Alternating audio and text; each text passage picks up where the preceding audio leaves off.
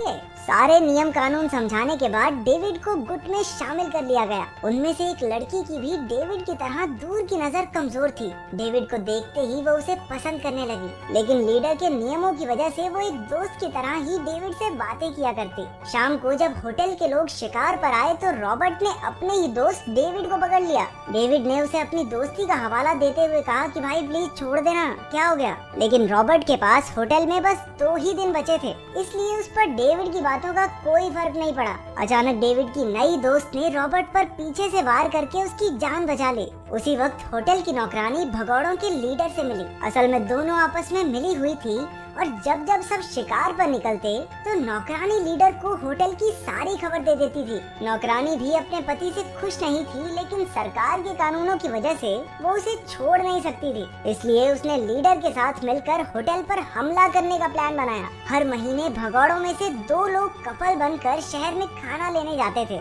इस बार लीडर ने डेविड और उसकी दोस्त को इस काम के लिए भेजा। मॉल में एक पुलिस वाले ने डेविड को अकेला देख लिया और उससे पूछताछ करने लगा। उसने डेविड से शादी के कागज मांगे, लेकिन डेविड की दोस्त ने ऐन वक्त पर आकर उसे बचा लिया। कुछ दिन बाद भगौड़े होटल पर हमला करने को तैयार थे। उस रात वो नौकरानी की मदद से होटल में घुस गए और मैनेजर और उसकी पत्नी को बंदी बना लिया। उन्होंने मैनेजर से कहा कि अगर अपनी जान बचानी है तो अपनी बीवी को गोली से मारना होगा। उस आदमी को अपनी बीवी की कोई परवाह नहीं थी और उसने एक ही झटके में उसे गोली मार दी, लेकिन असल में बंदूक में गोली थी ही नहीं। भगौड़े सिर्फ उन्हें ये सच्चाई दिखाना चाहते थे कि उन दोनों को आपस में कोई प्यार व्यार नहीं है और उनका रिश्ता बिल्कुल बेबुनियाद है। उधर डेविड जॉन और नाक से खून बहने वाली लड़की के पास पहुंचा। उसने लड़की को बता दिया कि जॉन नाक से खून बहने का नाटक करता है ताकि वो दोनों साथ रह सके। होटल के लोगों को आईना दिखाने के बाद भगौड़े फिर से जंगल में लौट गए। उस रात नौकरानी भी उनके गुट में जुड़ गई।